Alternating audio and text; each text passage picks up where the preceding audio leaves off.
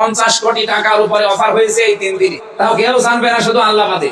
আমি বলেছি না 50 কোটি কেন 100 কোটি কেন, পুরা কুষ্টিয়া লিখে দিলেও আমি আমার জায়গা থেকে 1 চুল নড়ব না। তাদের চরিত্র মানুষের কাছে উন্মুক্ত, তারা এখনই চাঁদাবাজি আরম্ভ করেছে।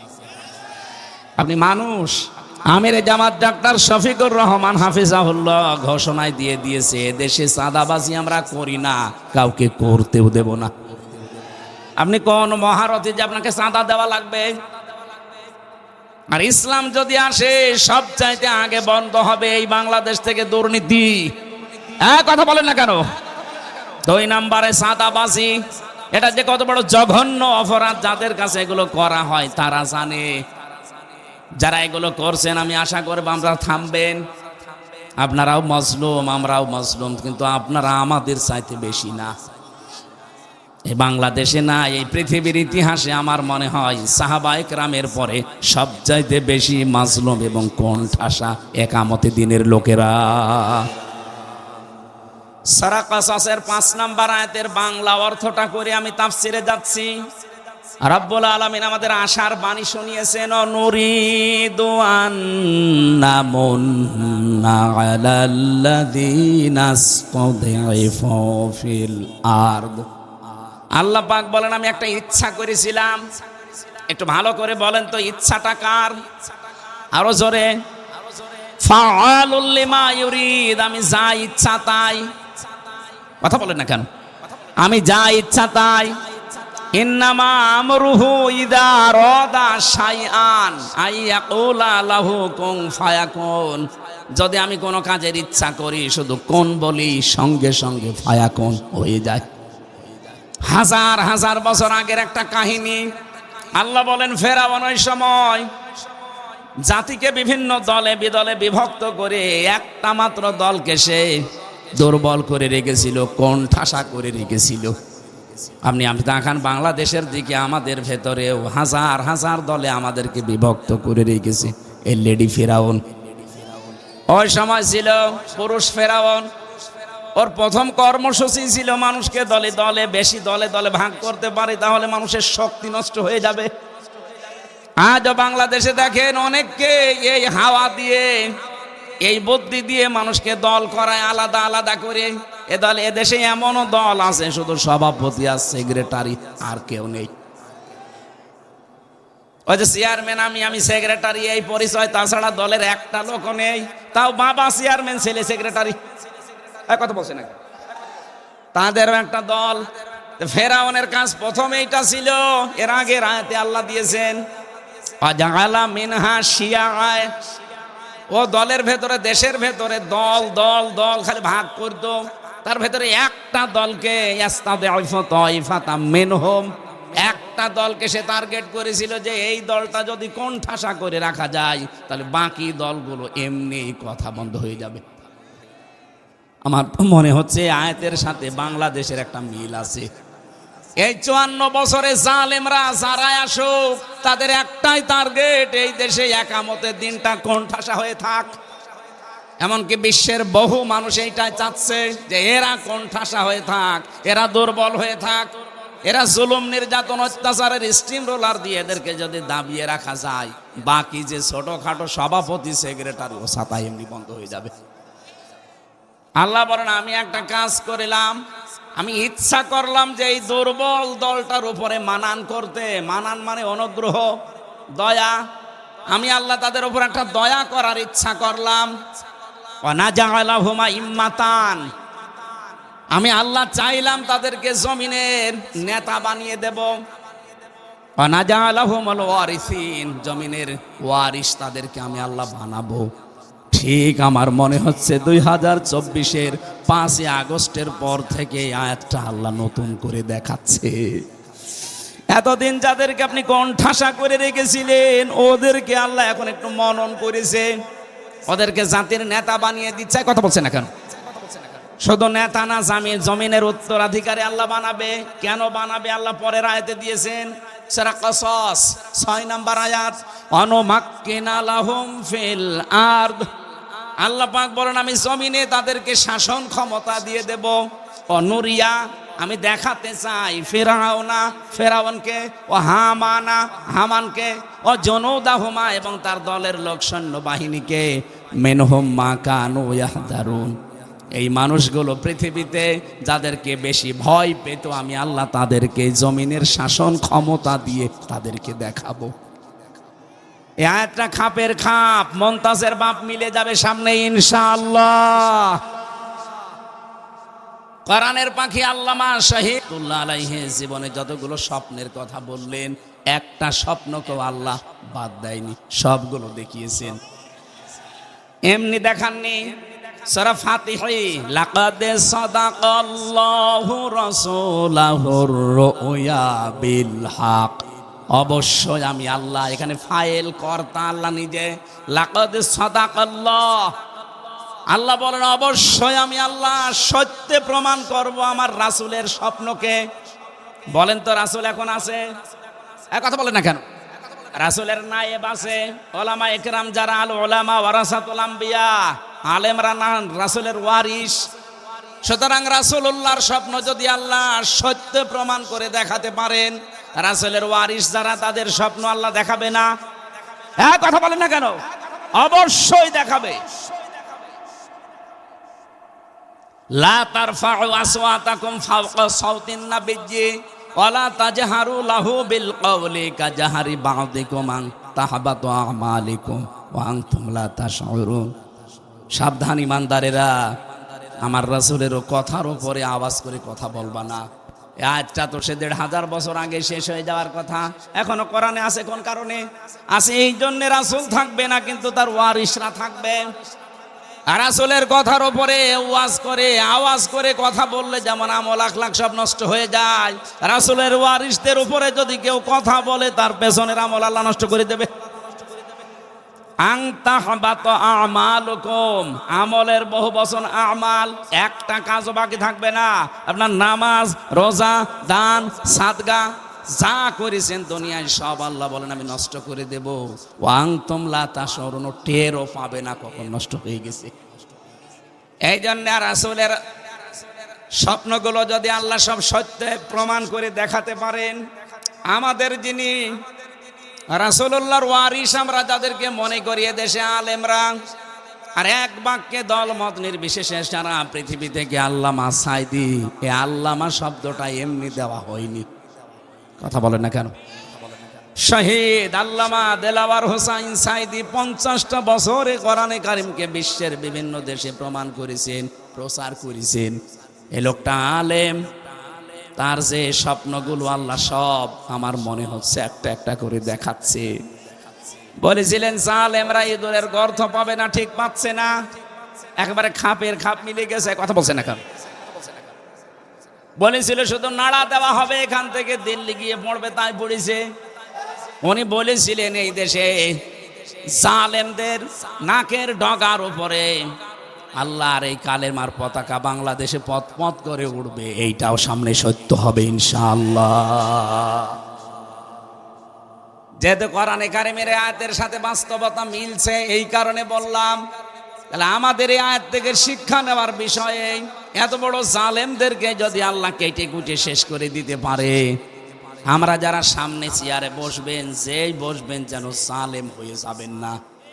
যদি জুলুম করেন আপনাকে আল্লাহ আপনার বাড়ি ঘরও কিন্তু উজাড় গৃহ বানিয়ে দেবে। আল্লাহ আমাদের শিক্ষা নেওয়ার তৌফিক দিন, বলেন আমিন। যে কথাটা তুলেছিলাম, আয়ামে জাহিলিয়াত ছিল ১৫০০ বছর আগে, আরে 15.5 বছরে আল্লাহ আমাদের উপর থেকে আমি জাহিলিয়াতের পাথরটা দূর করে দিলেন। শব্দ দুইটা প্রায় কাছাকাছি, আইএমএ আর আমি, কথা বলছে না, কাজ অপিরায় তাদের কাছাকাছি। সুতরাং আল্লাহ আমাদেরকে বাঁচিয়েছেন, যে আল্লাহ আমাদেরকে বিশাল পাথর আমাদের বুকের উপর থেকে সরিয়ে যে কথা বলার মতো একটা শক্তি দিলেন। প্রশ্ন আসতে পারে এতদিন কথা বলেননি। হ্যাঁ বলেছি, কিন্তু অর্ধেক কথা বলতে পারিনি। কোরআনে কারিমে আল্লাহ জানিয়েছেন খালাকাল ইনসানা আল্লামাহুল বায়ান, আমি মানুষ বানিয়েছি আর কথা বলা আমি শিখিয়েছি। এ বায়ান শব্দের ব্যাখ্যা এসেছে, মুফাসসির ইকরাম লিখেছেন একটা মানুষ যে কথা বলে এক একটা কথা তৈরি হতে 27টা ধাক্কা লাগে এই কণ্ঠের ভেতরে। 27টা ধাক্কা লাগার পর একটা কথা তৈরি হয়। আর কোরআন আর হাদিসের ব্যাখ্যা বলছে, এটা তো বিজ্ঞানের তথ্য। কোরআন হাদিস বলছে প্রত্যেকটা স্তরে একজন করে ফেরেশতা বসে আছে, এর কাছে এর কাছে এর কাছে এভাবে দিতে দিতে 27 নাম্বার জায়গায় আসার পরে এই মুখের গর্ত থেকে একটা কথা বের হয়ে যায়। অথচ এই কথা বলার এই বাকশক্তিটা রুদ্ধ করে রেখেছিল এই জালেমরা।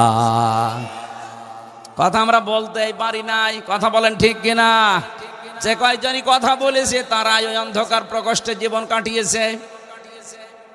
সুতরাং আল্লাহ যে এই বাকশক্তি যারা চেপে রেখেছিল আল্লাহ যে ছেড়ে দিয়েছেন, যারা এখন কথা বলতে পারেন জবান খুলে বলেন আলহামদুলিল্লাহ।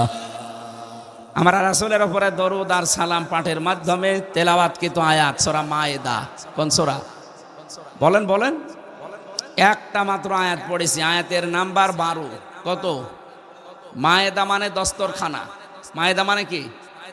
তামাম দুনিয়াটাই আল্লাহ দস্তরখানা বানিয়ে রেখেছে। এই সূরার নামকরণে আমি একটা হাদিস পেয়েছি, বিশ্বনবী জানিয়েছেন কেউ যদি দস্তরখানা বিছিয়ে খাবার খায় আর পড়ে যাওয়া খাবারটা তুলে খায় দস্তরখানা থেকে, তাহলে তার জান্নাতের হুরদের দেনমোহর আদায় হয়ে যায়। আমলটা ছোট কিন্তু বিশাল বেনিফিট পাবেন। আপনি জান্নাত পাবেন কিনা সে গ্যারান্টি নেই, অথচ জান্নাতের হুরদের দেনমোহর পর্যন্ত আদায় হয়ে গেছে এই ছোট্ট একটা কাজে। আপনি জান্নাত না পেলে এত বড় সুসংবাদ নবী দিত না। এই জন্য আজকে থেকে আমলটা কেউ ছাড়বেন না। দস্তরখানা বিছিয়ে খাবার খাওয়া যদিও ছোট মনে হয়, এটা কিন্তু সুন্নাহ। কথা বলেন না কেন? আমাদের এই শরীরের ভেতরে 360টা হাড় আছে। এই যে হাড়গুলোর জোড়া, নবীজি বলেন এই জয়েন্টে জয়েন্টে যে জোড়াগুলো লেগে আছে প্রতিদিনে জয়েন্টে সাদগা দেবা। সাহাবী বলেন হুজুর আমি গরিব মানুষ, সাদগা পাবো কোথায়? বিশ্বনবী বলেন 2টা কাজ দুনিয়ায় করলে সাদগা আদায় হয়ে যাবে। মসজিদের ভেতরে যদি কোনো ময়লা পড়ে থাকে, কপ ছোট কাশ যাই ময়লা থাকে, নিজের দায়িত্ব মনে করে তুলে ফেলে দিবা। আর দস্তরখানায় পড়ে যাওয়া খাবারটা তুলে খাবা। তাহলে নবীজি জানিয়েছেন এই যে 360টা জোড়া এর সাদগা আল্লাহ তোমার কাছ থেকে আদায় বলে ধরে নেবেন। আমরা এই আমলগুলো করি। নামকরণের ভেতরে আরো হাজারো কথা ছিল।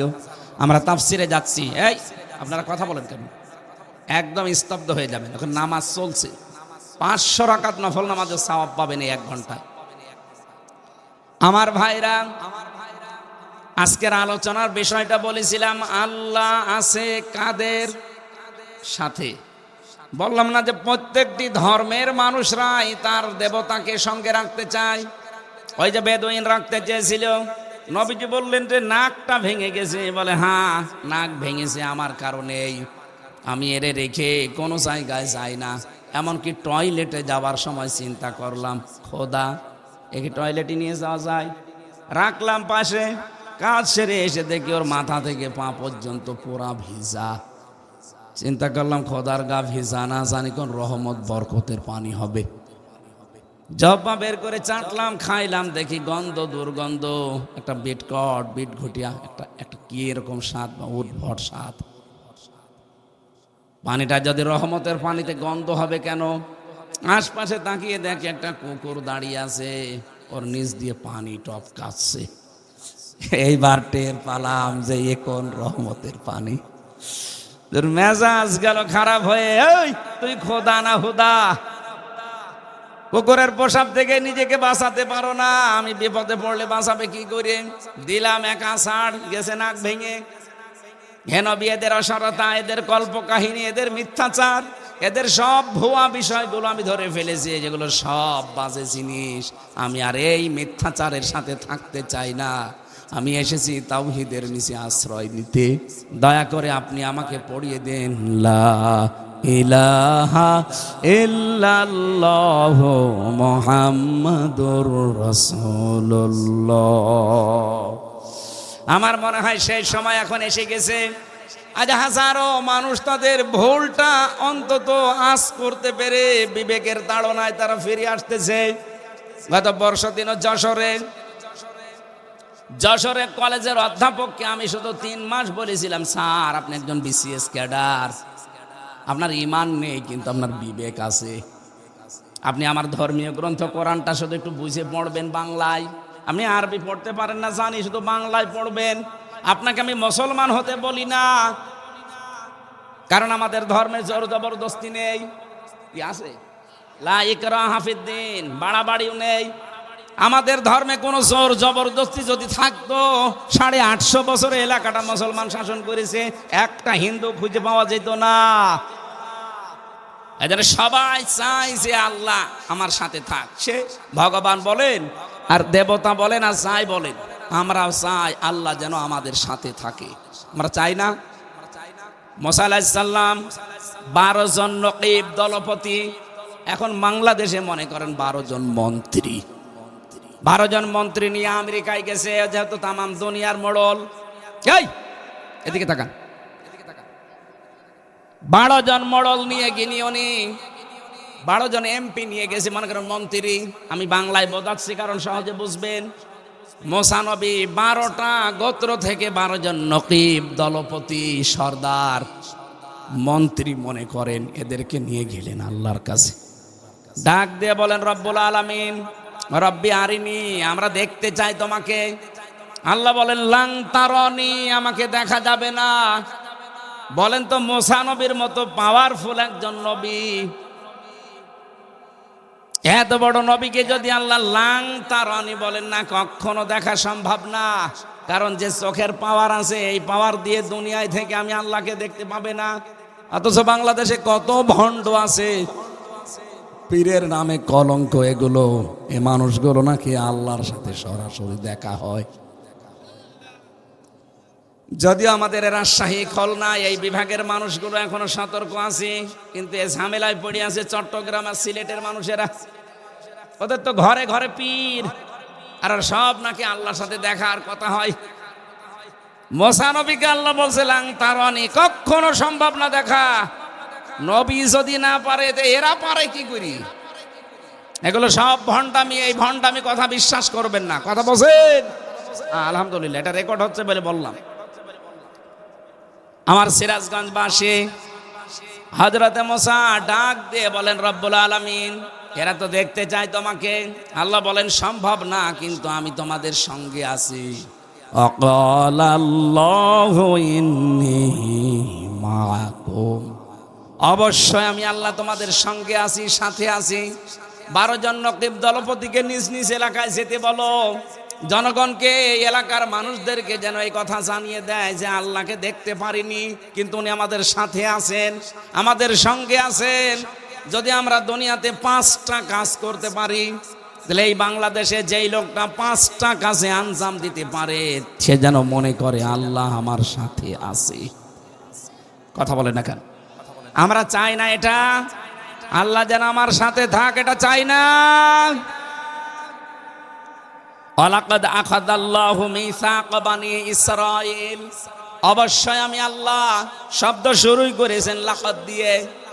আমি আল্লাহ নিজে অঙ্গীকার নিয়েছিলাম বানি ইসরাইলের এই 12 জন নকিব থেকে।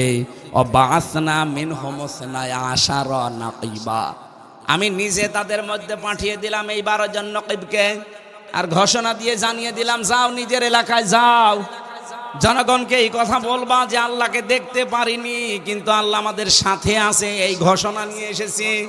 লাইন অবশ্যই, যদি লামে তাকিদ আর ইন মানে যদি, লাইনা আকামতুমুস সালাতা ওয়া আতাইতুমুজ যাকাতা, 1 নম্বরে এলাকায় যদি নামাজ কায়েম করতে পারি আর যদি যাকাত আদায় করতে পারি, ওয়া আমানতুম বিরুসুলি, আর যদি আমরা ঈমান আনতে পারি আল্লাহর রাসূলদের উপরে, ওয়া আযযারতুমুহুম, তাদেরকে সাহায্য করতে পারি, ওয়া আকরাদতুমুল্লাহ কারদান হাসানা, আল্লাহকে যদি উত্তম ঋণ দিতে পারি, এই 5টা কাজ যদি আমরা করতে পারি, আল্লাহ আমাদের গ্যারান্টি দিয়েছেন, ইন্নী, অবশ্যই আমি, মাআকুম, তোমাদের সঙ্গে আছি।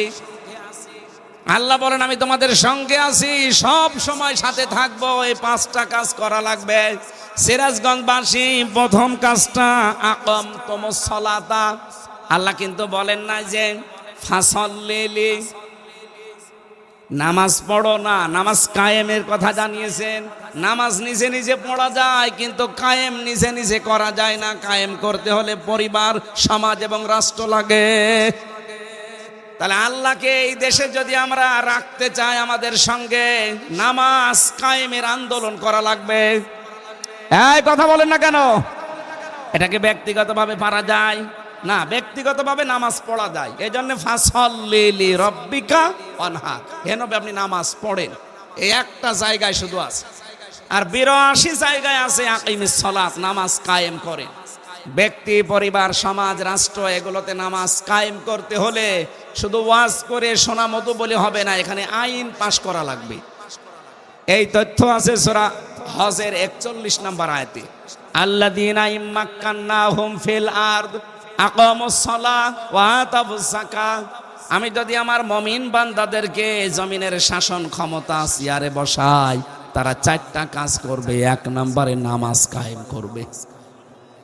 তাহলে বাংলাদেশের জনগণ, আল্লাহকে যদি আমরা সঙ্গে রাখতে চাই, নামাজ কায়েম করতে চাই যারা সংসদে, তাদেরকে পাঠানোর দায়িত্ব আমাদের। কথা বলেন না কেন? এর জন্য যদি মিছিল করা লাগে, মিটিং করা লাগে, ভোট দেওয়া লাগে, যা মনে করেন করেন, এইটা ইসলাম। অনেকে মনে করে ভোটের কথা, হ্যাঁ ভয়ও কাট্ট, বাংলায় লেখা আছে, তাফসিরে মারিফুল কোরআন নিয়ে আসেন, ইন্নাল্লাহা ইয়ামুরুকুম আন তুআদ্দুল আমানাতি ইলা আহলিহা। বহু বচন এটা, আমানাত। অবশ্যই আল্লাহ তোমাদেরকে নির্দেশ দিচ্ছে, যাবতীয় আমানত তার প্রাপকের কাছে পৌঁছিয়ে দাও। এখানে আমানাত 9টা অর্থ আছে। 1 নম্বর অর্থই হচ্ছে রায় দেওয়া, ভোট দেওয়া। আপনি মারিফুল কোরআন তাফসির খুলে দেখেন, বাংলায় যদি লেখা না থাকে ভোট, রায়, আমি কথা বলবো না। এটা যদি দুনিয়ার কাজ হতো আমি বলতাম না, তাফসিরে পড়েছি এই কারণে বললাম।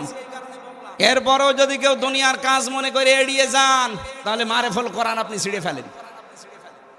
পারবেন আপনি? তাহলে কথা মেনে নেওয়া লাগবে। নিজেও পড়বেন না, হামজা বলবে আপনি মানবেনও না। আপনি কি হয়েছেন কি?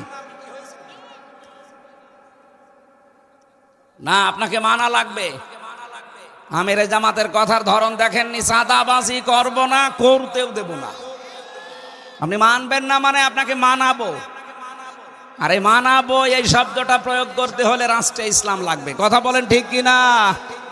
আমরা আল্লাহকে সঙ্গে রাখতে চাই। এই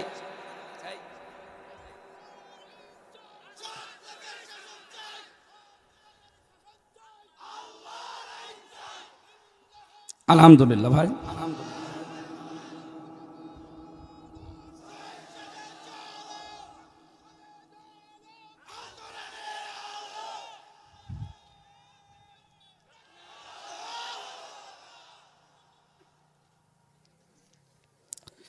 রাজনীতি যদি মনে করেন হ্যাঁ আমার এইটাই রাজনীতি, যদি দিন প্রচার মনে করেন হ্যাঁ আমার এইটাই দিন প্রচার, আমি যেভাবে কোরআন পড়েছি বুঝেছি, আমি এইভাবেই তাফসির পড়েছি।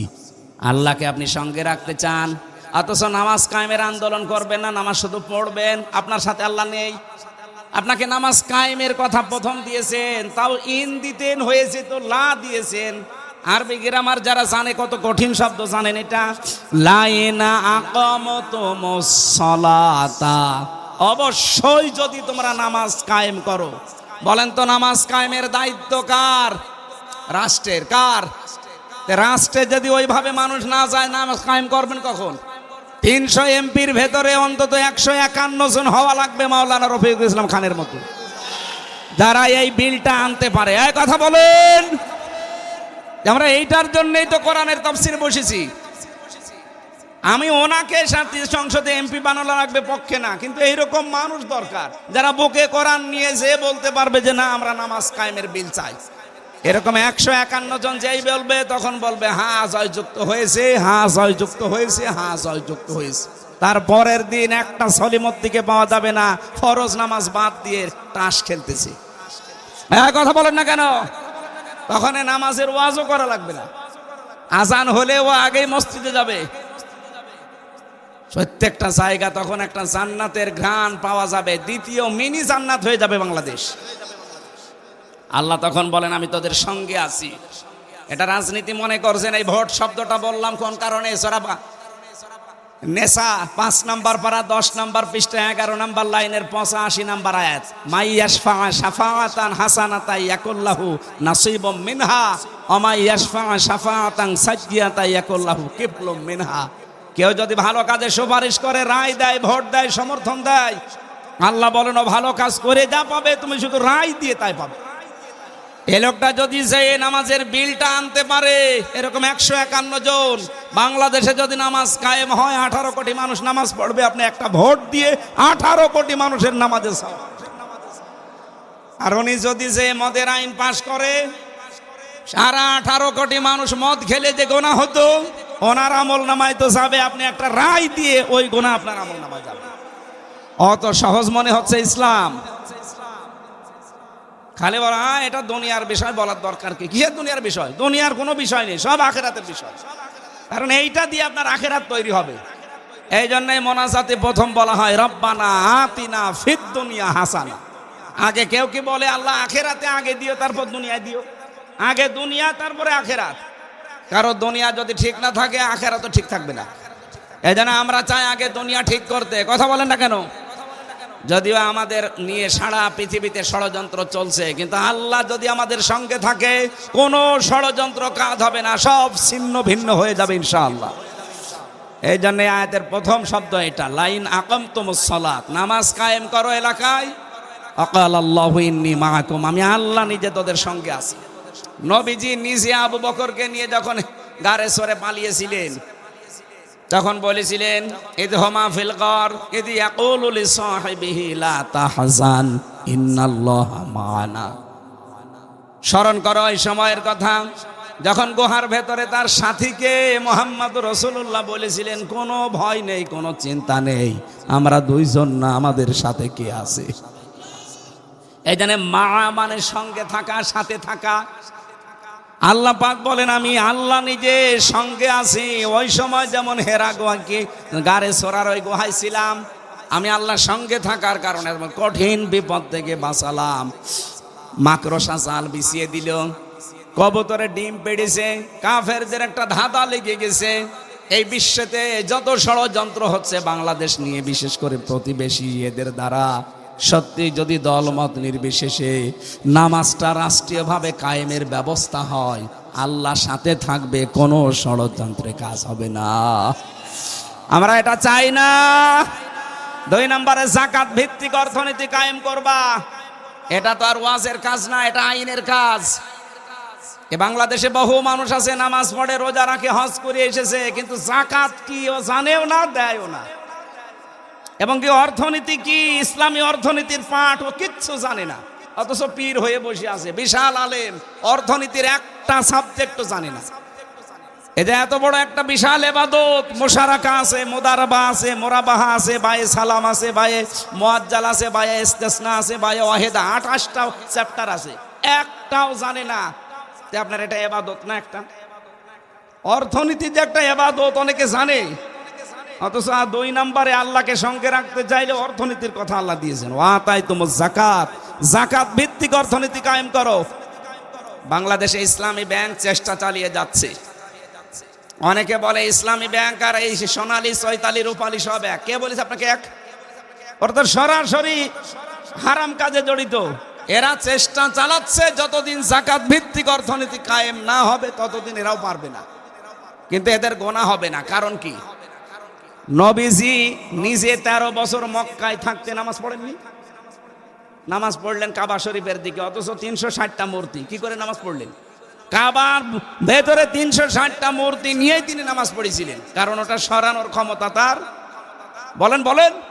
অথচ ওই নবী মদিনায় দিয়ে ক্ষমতা নিয়ে যখন আসলেন, মূর্তিগুলো ভেঙে ফেলে দিলেন। এবার আবার নামাজ আরম্ভ করলেন। এবার নামাজ হয়নি, আগেরটা হয়নি। ইসলামী ব্যাংক বাংলাদেশ যতদিন চেষ্টা চালাচ্ছে, যাকাত ভিত্তিক অর্থনীতি যতদিন কায়েম না হবে ততদিন এদের গোনা নেই। আপনি নির্দ্বিধায় এখানে লেনদেন করবেন, গোনা হলে এর শরিয়া বোর্ড আছে, তাদের হবে। এই জালেমরা এসালেমের মাধ্যমে ৮০,০০০ কোটি টাকা এখান থেকে লুটপাট করে ব্যাংকটাকে ধ্বংস করে দিয়েছে। নিজে তো একটা ব্যাংক বানাতে পারো না। ইসলামী অর্থনীতি একটা ইবাদত। এই ইবাদতটা দাঁড় করিয়েছিল সাজ্জাদ আবুল আলা মওদুদী রহমাতুল্লাহ আলাইহি। শয়তান পীর হয়ে বসে আছে, ইসলামী অর্থনীতির একটা চ্যাপ্টারও জানে না, নামাজ কি তাও জানে না। বাংলাদেশে ৪৮,০০০ পীর, আমি অহংকার করে বলছি না, এমনিতেই জানার জন্য ৪৮,০০০ পীর। এই আয়াতের প্রথম দুইটা অংশ এই ৪৮,০০০ পীরের কাছে আতুজ যাকাত, নামাজের কথা হয়তো মোটামুটি কিছু বলতে পারবে, কিন্তু ইসলামী অর্থনীতি যাকাত এটার একটা পয়েন্টও বলতে পারবে না এবং ও জানেও না, কারণ এগুলোর আলোচনা আমাদের দেশে হয় না। অথচ নবী নিজে মোদারাবা করেছেন, মোশারাকা করেছেন, মোরাহাবা করেছেন। মোদারাবার সংজ্ঞা হচ্ছে আমি শ্রম দেব, আপনি টাকা দেবেন। নবীজি নিজে শ্রম দিয়েছিলেন, হযরতে খাদিজা টাকা দিয়েছিল। এই কথা বলছেন না কেন? নবীজি নিজে করে দেখালেন, আপনি পারবেন না মানে? ইসলামী ব্যাংক তো ওইটাই করে মোদারাবা হিসাবে, আপনার টাকা আর ওনাদের শ্রম, ওনারা বিভিন্ন জায়গায় এগুলো খাটায়। লাভ হলে লাভের ভাগ নেওয়া লাগবে, লস হলে লসের ভাগ নেওয়া লাগবে, এটা লেখা থাকে। আর অন্য ব্যাংকে এটা নেই, খালি রেখে যান বাবা শাহজালাল, সব হালাল। এখানে বহু মানুষ এমন বসে আছেন, আমি জানি না এই এলাকায় আছে কিনা, যেহেতু গ্রাম অঞ্চলের জন্য মনে হচ্ছে ওই যে টাকা ছেড়ে রাখে, টাকা আসে। ১,০০০ টাকা দিলে এক মাসে আরো ২০০ টাকা বেশি দেয়, ১২০০ টাকা। এটা মায়ের সাথে জেনা করার গুনাহ হচ্ছে। এই গুনায় যারা লিপ্ত তাদের নামাজ হচ্ছে, রোজা হচ্ছে, হজ করে আসলে হজ হচ্ছে। সুতরাং এই গুনাহ যারা করছেন তাদের এই মুহূর্তে তওবা করা লাগবে, ওই টাকা ছেড়ে দেওয়া লাগবে। আসল টাকা নিয়ে বাকি লাভ খাবেন না। কারা কারা রাজি আছেন দেখি? ও এলাকায় তো আছে মনে হয়, এই হাত নামান। আমি মনে করলাম নেই। হ্যাঁ, আপনারা এই কাজ করেন, হাত তুলেন কেন? যারা করেছেন তারা টাকা ফেরত নিয়ে নেবেন, খালি আসল টাকাটা। এই যে আকরাদুমুল্লাহ কারদান হাসানা, আল্লাহকে যারা উত্তম ঋণ দেয়, আপনি একজন মানুষকে দান করার চাইতে যদি ধার দেন, ঋণ দেন, ডবল সওয়াব পাবেন। একদিকে তার উপকার আর একদিকে ঋণ দেওয়া। সুবহানাল্লাহ বলতে পারেন না? এই শব্দটার ভেতরে লক্ষ লক্ষ কথা আছে। আমাদের শহীদ আল্লামা মতিউর রহমান নিজামী রহমতুল্লাহ আলাইহি, ওনার স্ত্রীর আজকে মাহফিল আমার পাবনাতে। শামসুন নাহার নিজামী মোহতারামা আমার শ্রদ্ধাভাজন। এই জন্য আমার মনে হয় এখন আমি আর চালাতে পারছি না। আমি ৯টা থেকে 10টা 1 ঘন্টা সময় চেয়েছিলাম, 1 ঘন্টা 10 মিনিট হয়ে গেছি। আগামীতে আসলে আমি আবার কথা বলবো এই আয়াত নিয়ে। পড়াটা শেষ করতে পারলে এবং মেয়েদের যে 5টা পয়েন্ট ছিল বলতে পারলে ভালো হতো। আপনারা যা সাজিয়েছেন আমি খুশি, অনেক সুন্দর লাগছে। যতটুকুই বলেছি যদি মেনে চলতে পারেন আলহামদুলিল্লাহ। আল্লাহুম্মা আমিন। লা ইলাহা ইল্লা আনতা সুবহানাকা ইন্নী কুনতু মিনাজ জালিমিন। রাব্বানা যালামনা আনফুসানা ওয়া ইল্লাম তাগফির লানা ওয়া তারহামনা লানাকুনান্না মিনাল খাসিরিন। রব্বুল আলামিন, বড় আশা নিয়ে হাত তুলেছি। যতটুকু কথা এই সিরাজগঞ্জ উল্লাপাড়া খানপাড়ার মাটিতে বললাম, আল্লাহ তাআলা যত মানুষ আমরা শুনেছি আমাদেরকে জীবনে প্র্যাকটিক্যালি আমল করার তৌফিক দাও। এ বিশাল আয়োজন দেখো কত সুন্দর করে এলাকার মানুষেরা সাজিয়েছে, মনে হচ্ছে বাসর ঘর সাজিয়েছে। কোরআনের জন্য যারা এত পাগল, এই মানুষগুলোকে তুমি কোরআনের সংসদ উপহার দিয়ে দাও। আল্লাহ তাআলা, আমি আয়াতগুলো দিয়ে যা বোঝাতে চেয়েছি, নামাজ কায়েমের আন্দোলন করা, যারা চাই তাদের পক্ষে থাকা, এদের অন্তরের ভেতরে এই কাজটা তুমি গেঁথে দাও। ইখলাস নিয়ে আমাদের কাজ করার সুযোগ করে দাও রব্বুল আলামিন। বিশ্বাস করি আমরা যা বলছি তুমি শুনতে পাচ্ছ এবং দেখতে পাচ্ছ। সম্মানিত মা বোনেরা পর্দার আড়ালে বসে আছে, এদেরকে খাদিজার মতো, আয়েশার মতো বানিয়ে দাও। কত মানুষ অশান্তিতে আছে এলাকায়, আল্লাহ তুমি তাদের ঘরের শান্তির ব্যবস্থা করে দাও। মাহফিলের প্রধান অতিথি মাটি এবং মানুষের সন্তান মাওলানা রফিকুল ইসলাম খান, আল্লাহ তার বাবা মাকে মাফ করে দাও, তার শরীরটা সুস্থ রাখো, তার জীবনের কোরবানিগুলো কবুল করে নাও। আল্লাহ সম্মানিত সভাপতি এসেছে আমার আরাফাতের ভাই সোহরাবউদ্দিন পরামানিক, তাকেও কবুল করো। নাম না জানা যত মানুষ আমার ডানে বামের সামনে বসে আছে, মনের ভেতরে যা আছে কামনা বাসনা আছে, আমাদের চাইজ আশাগুলো পূরণ করে দাও। চর্ম চোখে দেখতে চাই, বড় আশা। ৫৬,০০০ বর্গ মাইল কোরআন দিয়ে চলছে, আল্লাহ এটা দেখে মরার তৌফিক দাও। মাওলানা মিজানুর রহমানের মাধ্যমে আজকে এখানে এসেছি, আল্লাহ তোমার এই গোলামকে মঞ্জুর করে নাও। এলাকায় মাটির নিচে যত মানুষ ঘুমিয়ে আছে, কোরআনের বরকতে মাফ করে দাও। যার বাড়িতে যে অভাব আছে দূর করে দাও। এলাকায় যত জমি জায়গা আছে আল্লাহ তুমি মেহেরবানি করে বরকত নাজিল করো। বারাকাল্লাহু লানা ওয়া লাকুম ফিল কোরআনিল আযীম। মরণ আসলেই যেন পড়তে পারি লা ইলাহা ইল্লাল্লাহু মুহাম্মাদুর রাসূলুল্লাহ।